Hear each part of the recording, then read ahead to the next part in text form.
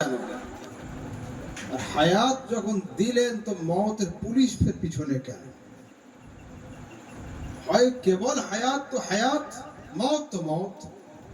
সুম্মা ইউমীতুকুম সুম্মা ইউহয়ীকুম সুম্মা ইলাইহি তুরজাউন। এই যে উলট ফের হায়াত মওত এ কেন? আর যেতে হবে কোন দিকে? তো হায়াত আর মওত তৈরি হলো কেন? তো আল্লাহ তাবারক ওয়া তাআলা কোরআনে কারীমের মধ্যে বলছেন, আল্লাযী খালাকাল মাউতা ওয়াল হায়াতা লিয়াবলুয়াকুম আইয়ুকুম আহসানু আমালা। আমি হায়াত আর মওতকে এই জন্য সৃষ্টি করেছি যে তোমাদের মধ্যে উত্তম আমল কার, রেজাল্ট দেখার জন্য। রেজাল্ট দেখার জন্য। মওতের দিন কোন দিন? আল্লাহ তাবারক ওয়া তাআলা কোরআনে কারীমের মধ্যে বলেছেন, ওয়াত্তাকু, তোমরা খুব ভয় করো, ইয়াওমান, সেই দিনকে, তুরজাউনা ফীহি ইলাল্লাহ, তোমাদের গাড়ির রফতার, গাড়ির গতি যত জোরেই থাকুক না কেন, ফিরে আসতে হবে আমার দিকে। তুমি আমেরিকা গিয়েছো, লন্ডন গিয়েছো, আফ্রিকা, দুনিয়ার যে প্রান্তেই থাকো না কেন, যদি তুমি সীসার বক্স তৈরি করে তার মধ্যে থাকো, কাঠের কফিন তৈরি করে তার মধ্যে বসো, বা তুমি রকেট করে আসমানে চলে যাও, আমার মওত কিন্তু সেখান থেকেই তোমাকে অ্যারেস্ট করবে। তো আল্লাহ পাক বলেন, ইয়াউমা ওয়াত্তাকু, তোমরা ভয় করো, ইয়াউমান, সেই দিনকে, তুরজাউনা ফীহি ইলাল্লাহ, যেদিন তোমাদেরকে রিটার্ন আসতে হবে আল্লাহর দিকে। এ কোন দিন? দেখো, যার র‍্যাঙ্ক যেমন হয়, যার পজিশন যেমন হয়, তার কথার ভারত্ব বা ওজন ঠিক তেমনই। যদি বাজারে যাওয়ার পরে সিভিক পুলিশ কাউকে বলে সাবধানে চল, তো ছেলেরা এত গুরুত্ব দেয় না, গ্রামের পুলিশ বা পাশের গ্রামের। যদি কোনো কনস্টেবল বলে সাবধান হয়ে চলো, ও ভয় আরেক রকমের। আর যদি 3 স্টার वाला ওসি সাহেব কাউকে সাবধান করে, সাবধান হও, ও ভয় আরেক রকমের। ডিএম এর ভয় দেখানো আরেক রকম, সিএম এর ভয় দেখানো আরেক রকম। বড় ভাই বলছে সাবধান হয়ে চল, ছোট ভাই কখনো নেয় না। কিন্তু আব্বা যদি বলে ঠিক হয়ে চলো বাবা, থেমে যায়। কি বোঝা গেল? যার র‍্যাঙ্ক যেমন হয়, যার পজিশন যেমন হয়, তার কথার ওজন ঠিক তেমন হয়। তো পৃথিবীর মানুষ, মওত এমন শক্ত, এত কঠিন এবং এত শিওর জিনিস, যেটা দুনিয়ার কোনো সৃষ্টি নয়। স্বয়ং আল্লাহ বলেন, ওয়াত্তাকু, তোমরা ভয় করো। কেমন ভয় হবে? রাসূল আকরাম সাল্লাল্লাহু আলাইহি ওয়াসাল্লাম মওতের বর্ণনা দিতে গিয়ে হাদিসের মধ্যে আসছে, 70 খানা তলোয়ারকে নিয়ে যদি এক স্থানে এট এ সেম টাইম আঘাত করা হয়, মওত তার থেকেও অনেক শক্ত। অন্য রিওয়ায়াতে আসছে 70 নয়, 300 খানা তলোয়ারকে যদি একসঙ্গে নিয়ে কোন একটা ক্ষত স্থানে আঘাত করা হয়, যে যন্ত্রণা আসে, মওত তার থেকেও অনেক গুণে বেশি শক্ত। কিন্তু আজ পৃথিবীর মানুষ ভুলে গিয়েছে মওতের কথা। আমাদের স্মরণ নেই মওত কি। তো শুনুন, মওত তো অবশ্যই কষ্টের, কিন্তু উলামায়ে রাব্বানিয়িন মওতকে 2 ভাগে ভাগ করেছেন এবং তারা উদাহরণ দিয়েছেন। কেমন? বলছে, আপনি একটা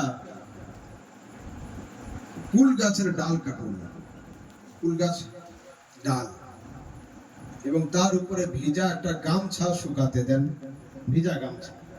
আধ ঘন্টা পরে গামছাটাকে টানুন, কি হাল হবে? গামছার সুতোগুলো সঠিক আর থাকবে না, সব সন্ন্যাস হয়ে যাবে। পৃথিবীর মানুষ একটা ভিজা কাপড় একটা কুল গাছের ডালের সঙ্গে কেবল সম্পর্ক গড়লো আধ ঘন্টার জন্য। এই অবস্থা যদি তুমি টানো, কাপড়ের হাল বেহাল হয়ে যাচ্ছে। তোমার দেহের মধ্যে আত্মা বাসা বেঁধে রয়েছে, আধ ঘন্টা নয়, 40 বছর, 60 বছর, 62 বছর, 100 বছর। তো যখন মালাকুল মওত এই আত্মাকে দেহ থেকে জুদা করবে, আলাদা করবে, তোমার আত্মার কি হাল হবে একবার ভেবে দেখো। কিন্তু আবার ফের উলামায়ে কেরাম ঘুরে বলছেন না, ये मौत হলো কাফিরের মওত, ये मौत মুমিনের মওত নয়। মুমিনের মওত হবে কেমন? যে বাড়িতে মেয়েরা যখন রুটি তৈরি করার জন্য আটা বা ময়দাকে খমির করে, ওর মধ্যে মাঝে মধ্যে মাথার চুল বা দাড়ির লোম বা পাটের ফেসও দেখতে পাওয়া যায়। কি করে মেয়েরা? দুটো নখকে এইভাবে করে দিয়ে সূক্ষ্মভাবে টান দিলে চুলটা, লোমটা বেরিয়ে চলে আসে। লোমও টের পায় না, আটা খমিরটাও টের পায় না। তা বলছে একজন আশিকে রাসূলের দেহ থেকে যখন আত্মাকে বের করে নেওয়া হবে, তো আশিকের দেহ টের পাবে না, আশিকের আত্মাও টের পাবে। সুবহানাল্লাহ, সুবহানাল্লাহ। এটা হচ্ছে ঈমানদারের মওত। হযরতে হাকিমুল উম্মত মুফতি আহমদ ইয়ার খান নাঈমি রাহমাতুল্লাহ তাআলা আলাইহি ছন্দের মধ্যে লিখছেন, रूह क्यों ना हो मुस्तरिब ऐसी मौत पर सुनते हैं कि मर के होगी जियारत रसूल की। আরে আমার দেহ, আমার আত্মা চঞ্চল হবে না কেন ওই মওতের জন্য? আমি হুজুরদের মুখ থেকে তো শুনছি মরার পরেই নাকি মুস্তাফা সামনে আসবে। নারায়ে তাকবীর, আল্লাহু আকবার, নারায়ে তাকবীর, আল্লাহু আকবার, নারায়ে রিসালাহ, ইয়া রাসূলুল্লাহ, নারায়ে রিসালাহ, ইয়া রাসূলুল্লাহ। তা আমি যখন রাসূলকে কবরে পাবো, তা আমি হাকিমুল উম্মত কি করব? जब कब्र में जैसे मैं उनको पाऊं, पकड़ के दामन मचल ही जाऊं। अरे जो दिल में रह के छुपे थे मुझसे, आज वो जलवा दिखाने आए हैं। जो दिल में रह के छुपे थे मुझसे, आज वो जलवा दिखाने आए हैं। যে মুস্তাফা সারা জীবন অন্তরে ছিল, কোরআন সাক্ষ্য দিয়েছিল আন-নবিয়্যু আওলা বিল মুমিনিনা মিন আনফুসিহিম। আরে দেহের সবচেয়ে কাছের জিনিস হলো নফস, আর আমার নবী নফসের থেকেও কাছে। যিনি সারা জীবন থাকলেন কাছে, তাকে না দেখে ইয়া নবী সালামু আলাইকা, না দেখে মুস্তাফা জানে রহমত, না দেখে কাবে কে বদরুদ্দুজা তুম পে কারো দুরুদ, আজকের যখন সামনে আসবে तो पकड़ के दामन मचल ही जाऊं, जो दिल में रह के छुपे थे मुझसे, आज वो जलवा दिखाने आए हैं। ये হলো আশিকের মওত। মওত কাকে বলে? দুনিয়াবাসী মানুষ মনে করেন মওত মানে অ্যারেস্ট। না, রাসূল আকরাম সাল্লাল্লাহু আলাইহি ওয়াসাল্লাম হাদিসের মধ্যে বলছেন, তুহফাতুল মুমিনি আল মওত। মুমিনের জন্য মওত হলো হাদিয়া। মুমিনের জন্য মওত হলো হাদিয়া, উপঢৌকন স্বরূপ। রাসূল আকরাম সাল্লাল্লাহু আলাইহি ওয়াসাল্লাম মওতের আরো একটা তারিফ দিয়েছেন। হাদিসের মধ্যে আসছে, রাসূল বলছেন, ইন্নামাল মাউতু জাসরুন ইউসিলুল হাবিবা ইলাল হাবিব। নদী, ক্যানেল, খাল আছে না, খালের দুই পারে দুই বন্ধু থাকে, যদি একে অপরের সঙ্গে সাক্ষাৎ করতে চায়, তো তুইও ওদিকে হাঁট, আমিও হাঁটছি, সামনে যেখানে ব্রিজ পাবো দুজনে সাক্ষাৎ করব। রাসূল বলেন, ইন্নামাল মাউতু জাসরুন। আরে মওত হলো সেতু, ইউসিলুল হাবিবা ইলাল হাবিব, যে দোস্ত আর দোস্তের সঙ্গে সাক্ষাৎ করিয়ে দেয়। হাবিব আর মাহবুবের সঙ্গে সাক্ষাৎ যেখানে হয়, তার নাম হলো মওত। আসল মওত কাকে বলে আর হায়াত কাকে বলে? সুফিয়ায়ে কেরাম যাদের এই চোখ নয়, যাদের এই চোখ খুলে গিয়েছে, তারা বলছে হায়াত কাকে বলে? তা হচ্ছে এক কবর से निकलकर दूसरी कब्र तक जाने के लिए जो रास्ता तय करता है इंसान, उसी का नाम हयात है। মায়ের পেট ছিল এক কবর, তো এই কবর থেকে বের হয়ে ওই কবর পর্যন্ত যেতে কারোর গাড়ি স্পিডে থাকে এক সপ্তাহে ইন্তেকাল, কারোর গাড়ি ধিমে থাকে তো 60 বছরে। তা বলছি এই কবর থেকে বের হয়ে ওই কবর পর্যন্ত যেতে যার যতটা সময় লাগে, ওইটুকুর নাম হলো হায়াত। তোমরা যে হায়াত খুঁজছো, এই হায়াত হায়াত না, এই হায়াত হায়াত নয়। এক ঘর থেকে বেরিয়ে বালকনি পার হয়ে আরেকটা রুমে যেতে যে সময় লাগে, এর নাম তোমরা দিয়েছো হায়াত। এই হায়াত হায়াত নয়। হায়াত কি? আসল হায়াত। দুইজনের মধ্যে খুব ঝগড়া হচ্ছে। হযরত যে কাজটা করবেন বা আমি যে কাজটা করব, হযরত নিয়ত করে বসেছেন যে আহমদ রাজার প্রত্যেকটা কাজকে মিটিয়ে দেব। আমি একটা জায়গা মুছেছি, ঘর সাফ করেছি, উনি গিয়ে তারপরে কাপড় ভিজে আরেকবার মুছে দিচ্ছেন। আহমদ রাজার মুছা নেব না, মানে আমি যা করবো উনি মুছে দেবেন। এখন আমি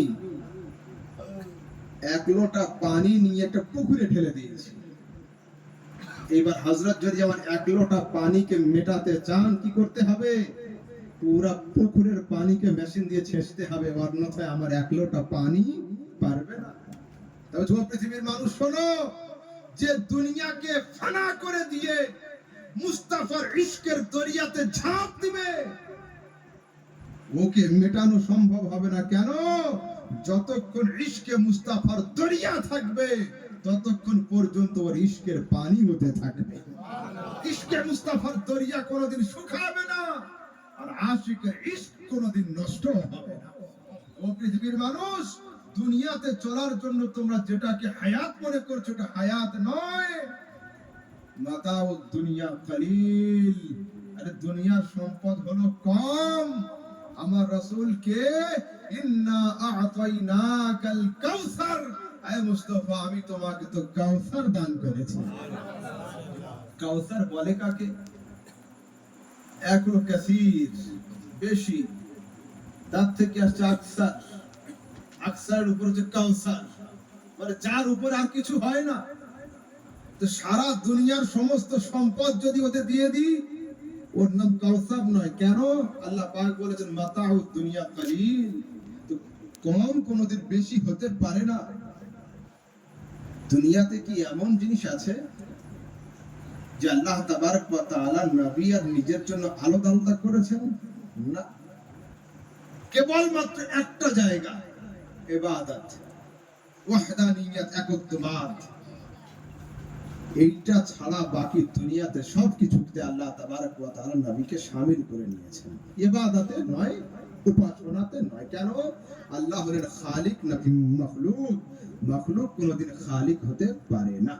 স্রষ্টা যেই হোক না কেন সৃষ্টিতে আসবে না, সৃষ্টি যেই হোক না কেন স্রষ্টাতে যাবে না। এ দুটো বাদ দিয়ে দুনিয়াতে যা আছে সব বুঝে দিচ্ছে। আসলে মানুষের যখন সম্পর্ক, বন্ধুত্ব গাঢ় হয় না, অল্প অল্প হয়, সেই সময়ে হোস্টেলে দুজন বন্ধু দুটো জিনিস কিনে বাজারে গেলে, ও না গেলেও বন্ধুর জন্য আরেকটা নিয়ে আসে, এটা আমার, এটা ওর জন্য নিলাম। বন্ধুত্ব যখন 100% হয়ে যায়, জিনিস দুটো কেনা বন্ধ হয়ে যায়, একটাই কেনে, যেটা আমার ওটা ওর, যেটা ওর ওটা আমার। আমার আর তোমার বলে কোনো ভাগাভাগি থাকে না। ও পৃথিবীর মানুষ, আমার রাসূল হাদিসের মধ্যে বলছেন মূসার নাম হলো কালিমুল্লাহ, ইসমাইলের নাম হলো জাবিহুল্লাহ, আরো কারোর নাম হলো নাজিউল্লাহ, আদম সফিউল্লাহ। আমি কালিমুল্লাহ নয়, নাজিউল্লাহ নয়, আমি হলাম হাবিবুল্লাহ। আমাদের বন্ধুত্বের মধ্যে কোনো দূরত্ব নেই। আল্লাহ পাক এ কথা বলেন না, ইয়া মুস্তাফা আসমান আমার, জমিন তোমার, আরশ আমার, ফারশ তোমার, সূর্য আমার, চন্দ্র তোমার, ভাগাভাগি নয়। ইন্না আতাইনাকাল কাউসার, আয় মুস্তাফা সব হলো আমার, আমি খোদা হলাম তোমার। সব হলো আমার, আমি খোদা হলাম তোমার।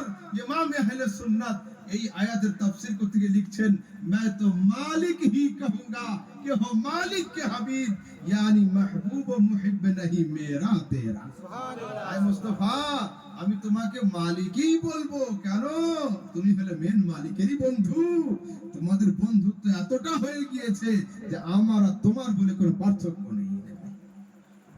সেই জন্য দুনিয়াতে মুহিব হওয়া অনেক সহজ, হাবিব হওয়া অনেক সহজ, মাহবুব হওয়া অনেক সহজ, কিন্তু আশিক হওয়া এত সহজ নয়।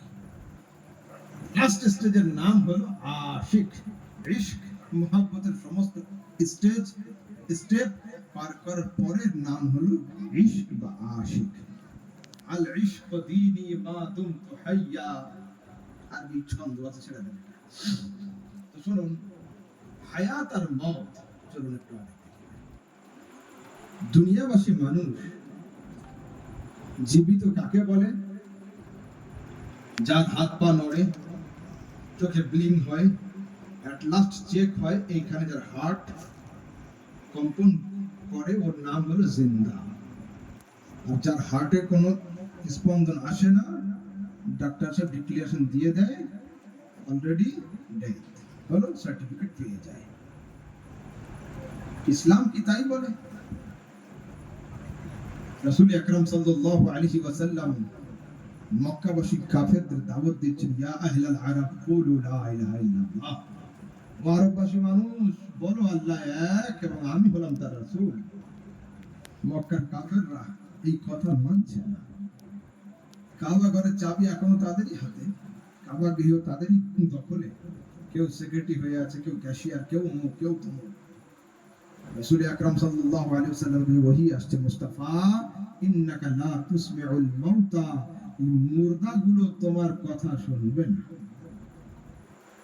আমার দেশে যার নাম মুর্দা হয়ে যাবে কোনদিন হাঁটে?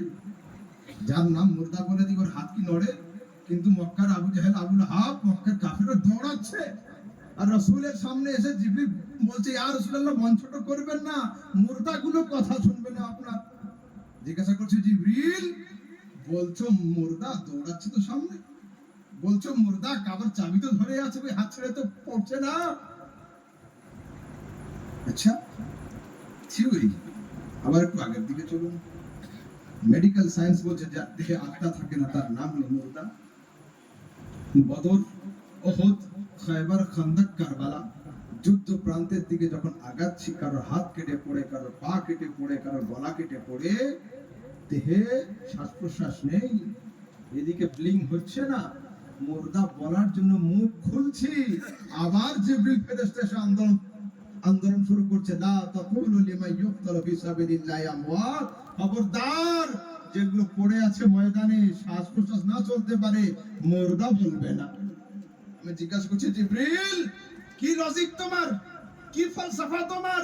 যাদের দেহে আত্মা থাকলো তাদেরকে মুর্দা ডিক্লারেশন হলো, যাদের দেহে আত্মা নেই তাদেরকে জিন্দা বলছো কেন? ইশক জবাব দিচ্ছে, শোনো, হায়াত আর মওতের সম্পর্ক আত্মার সঙ্গে নয়, হায়াত আর মওতের সম্পর্ক ইশকে মুস্তাফার সঙ্গে। যে নবীর কথা শোনে ও জিন্দা, যে নবীর কথা না শোনে দেহওয়ালা হয়েও মুর্দা, প্রাণওয়ালা হয়েও মুর্দা, হাতে নরম থেকেও মুর্দা, কানে শ্রবণ করেও কালা, চোখে দেখেও অন্ধ। কোরআন সাক্ষ্য দিচ্ছে, সুম্মুম বুকমুন উময়ুন ফাহুম লা ইয়ারজিউন। নবী যারা তোমার কথা শুনবে না, কানওয়ালা হয়েও বহরা, যারা তোমার দিকে, তোমার আওয়াজ শুনে তুমি যখন ডাকবে দেখেও তোমার দিকে তাকাবে না, চোখওয়ালা হয়েও ওরা অন্ধ। তুমি যখন ডাকবে লাব্বাইক যদি না বলে, মুখওয়ালা হয়েও বোবা। কোরআন সাক্ষ্য দিল। আগের দিকে যাই।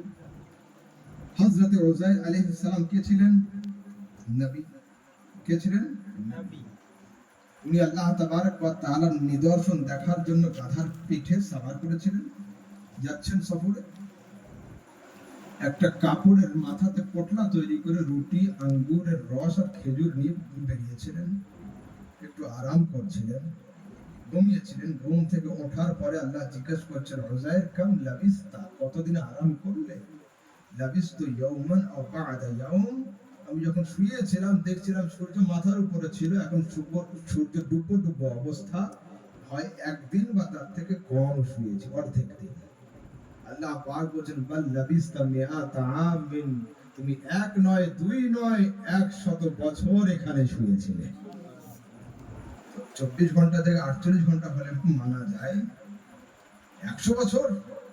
হযরত ইব্রাহিম, হযরত উযাইর আলাইহিস সালাম हैरान হয়েছে। আল্লাহ পাক বলেন, উযাইর উনজুর ইলা তুআবিকা ওয়া শারাবিক, পোটলা খোলো, আঙ্গুরের রস, খেজুর আর রুটির দিকে তাকাও। খুলেছেন, লাম ইয়াতাসান্না, যেমন ছিল তেমন রয়েছে। আঙ্গুরের রস লম্বা সময়ের উপর পার হয়ে গেলে মদ হয়ে যায়, ওতে নেশা চলে আসে। কিন্তু 100 বছর পার হলো যেমনকার তেমন, খেজুর যেমন ছিল তেমন, রুটিগুলো যেমন ছিল তেমন। হযরত উযাইর হয়রান হচ্ছেন, আল্লাহ কেমন করে সম্ভব? আল্লাহ পাক বলেছেন ওজায়ের পিছন ঘোরো, মনজুর ইলা হিমারিক, গাধার দিকে তাকাও যেটা তোমার সওয়ারি ছিল, যার উপর চড়ে তুমি আসলে। তাকিয়েছেন, দেখছেন গাধার চামড়া নেই, মাংস নেই, দাঁড়িয়ে নেই, হাড়গুলো কঙ্কাল হয়ে পড়ে রয়েছে মাটির উপরে। হযরত ওজায়ের বলেছেন হ্যাঁ, 100 বছর না হলে প্রাণওয়ালা গাধা কোনোদিন এইভাবে ধ্বংস হবে না। কিন্তু আমার প্রশ্ন হলো এই, 100 বছর অতিক্রম করলো, বেজান খাদ্যগুলো ঠিক থাকলো, আর জানদার গাধা ধ্বংস হলো কেন? আহলে তাসাউফ, যারা সুফি স্পিরিচুয়াল ম্যাটার নিয়ে যারা আলোচনা করেন, তারা বলছে আহমদ রাজা দুটোর অবস্থা দেখো। খাদ্যগুলো বেজান অবশ্যই, বেআত্মা অবশ্যই, বেরূহ অবশ্যই, ছিল কোথায়? আচ্ছা, পুটলিটা ওজায়ের নবীর মাথার নিচে ছিল। গাধা জানওয়ালা ছিল, ওজায়ের নবীর থেকে 100 হাত দূরে ছিল। বলছে শোনো, বেজান নবীর কানেকশনে ছিল, 100 বছরেও ধ্বংস হয়নি। আর ও জানওয়ালা গাধা নবীর থেকে ডিসকানেক্ট হয়েছিল, ও ধ্বংস হয়ে গিয়েছে। বলছে ও পৃথিবীর মানুষ, যদি তুমি তোমার হায়াতকে লম্বা হায়াত বানাতে চাও আর মরার পরেও জিন্দাবাদ হতে চাও, মরণের আগে দামানে মুস্তাফাকে ধরে নিয়ে নাও। মরবে তুমি 800 বছর আগে, তাও এখনো পর্যন্ত খাজা মঈনুদ্দিন চিশতির নারা হিন্দুস্তানে। কেন? এরা ইন্তেকালের আগে নিজের আনাকে ফানা করে দিয়েছিল। আমি বলে তাদের কাছে কিছু ছিল না, আমি বলে তাদের কাছে কিছু ছিল না। আল্লাহ পাক বলছেন ও পৃথিবীর মানুষ, যে দুনিয়াতে আমার জিকির করবে, ওর মরণের পরে আমি দুনিয়াতে তার চর্চা করে দেব। ফাজকুরুনি, তোমরা আমার জিকির করো, আযকুরকুম, আমি তোমাদের চর্চা করে দেব। সেই জন্য ওলি আল্লাহগণ তারা আপন হায়াতে জাহিরিতে আল্লাহ তাবারক ওয়া তাআলার চর্চা করে, মরণের পরে আল্লাহ পাক তাদের চর্চা করে দিয়ে দেয়। ঠিক আছে? হায়াতুল মউত। সেই জন্য মত কোন সময়ের জন্য মুমিনের জন্য ভয়ের কারণ নয়।